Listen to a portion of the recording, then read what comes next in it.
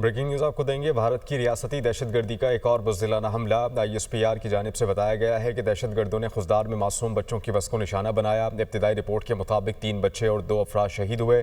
बात करने के लिए हमें ज्वाइन करेंगे इस्लामाबाद से ज़फ़र हाशमी। ज़फ़र, आपके पास क्या अपडेट्स आ रही हैं इस वाक़े से मुताल्लिक?